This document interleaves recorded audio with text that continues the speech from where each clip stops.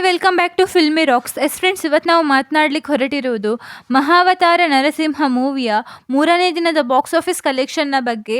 Friends, ಈ film release ಆಗಿ 3 ದಿನ ಆಗಿದ್ದು ಈ 3 ದಿನಗಳಲ್ಲಿ ತುಂಬಾ ಒಳ್ಳೆ ಕಲೆಕ್ಷನ್ ಮಾಡಿದೆ ಅಂತ ಹೇಳಬಹುದು ಈ ಫಿಲ್ಮ್. ಹಾಗೆ ಈ ಮೂವಿಯ ಪ್ರೊಡಕ್ಷನ್ ಹೌಸ್ ಬಂದು ಹೊಂಬಾಳೆ ಫಿಲ್ಮ್ಸ್ ಆಗಿದೆ. ಈ ಮೂವಿಗೆ 3 ದಿನದಲ್ಲಿ ತುಂಬಾ ಒಳ್ಳೆಯ ಪಾಸಿಟಿವ್ ರೆಸ್ಪಾನ್ಸ್ ಸಿಕ್ಕ ಕಾರಣ ಇನ್ನು ಮುಂದೆ ಕೂಡ ಈ ಮೂವಿ ತುಂಬಾ ಒಳ್ಳೆಯ ಕಲೆಕ್ಷನ್ ಮಾಡಬಹುದು ಅಂತ ಹೇಳಬಹುದು. ಹಾಗೆ ಈ ಮೂವಿಯ ಬಾಕ್ಸ್ ಆಫೀಸ್ ಕಲೆಕ್ಷನ್ ತಿಳಿಸುವ ಮೊದಲು ಯಾರಾದರೂ ನಮ್ಮ ಚಾನಲ್ಗೆ ಹೊಸದಾಗಿ ಭೇಟಿಯಾಗಿದ್ದರೆ ದಯಮಾಡಿ ಕರ್ನಾಟಕದ ಬಿಗ್ಗೆಸ್ಟ್ ಪ್ರೊಡಕ್ಷನ್ ಹೌಸ್ ಆದಂತಹ ಹೊಂಬಾಳೆ ಫಿಲ್ಮ್ಸ್ನ ಅಭಿಮಾನಿಗಳು ನಮ್ಮ ಚಾನಲನ್ನು ಸಬ್ಸ್ಕ್ರೈಬ್ ಮಾಡಿ. ಯಾಕಂದರೆ ನಾವು ಎಲ್ಲ ಮೂವಿಯ ಬಾಕ್ಸ್ ಆಫೀಸ್ ಕಲೆಕ್ಷನ್ ಹಾಗೂ ಇತರ ಮಾಹಿತಿ ನಿಮಗೆ ತಿಳಿಸ್ತಾ ಇರ್ತೇವೆ. ಹಾಗೆ ಈ ಮೂವಿಯ 3ನೇ ದಿನದ 2 ಶೋ ಪ್ಲಸ್ ಅಡ್ವಾನ್ಸ್ ಬುಕಿಂಗ್ನ ಪ್ರಕಾರ ಕರ್ನಾಟಕದಲ್ಲಿ 1,85,00,000 ಕಲೆಕ್ಷನ್ ಮಾಡಿದೆ.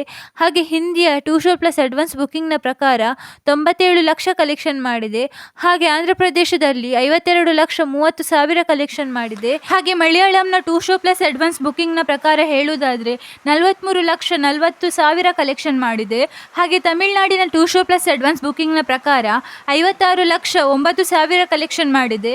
ಹಾಗೆ ಓವರ್ಸೀಸ್ ಬಾಕ್ಸ್ ಆಫೀಸ್ ಕಲೆಕ್ಷನ್ನ ಬಗ್ಗೆ ತಿಳಿಸುವುದಾದರೆ 88,30,000 ಕಲೆಕ್ಷನ್ ಮಾಡಿದೆ.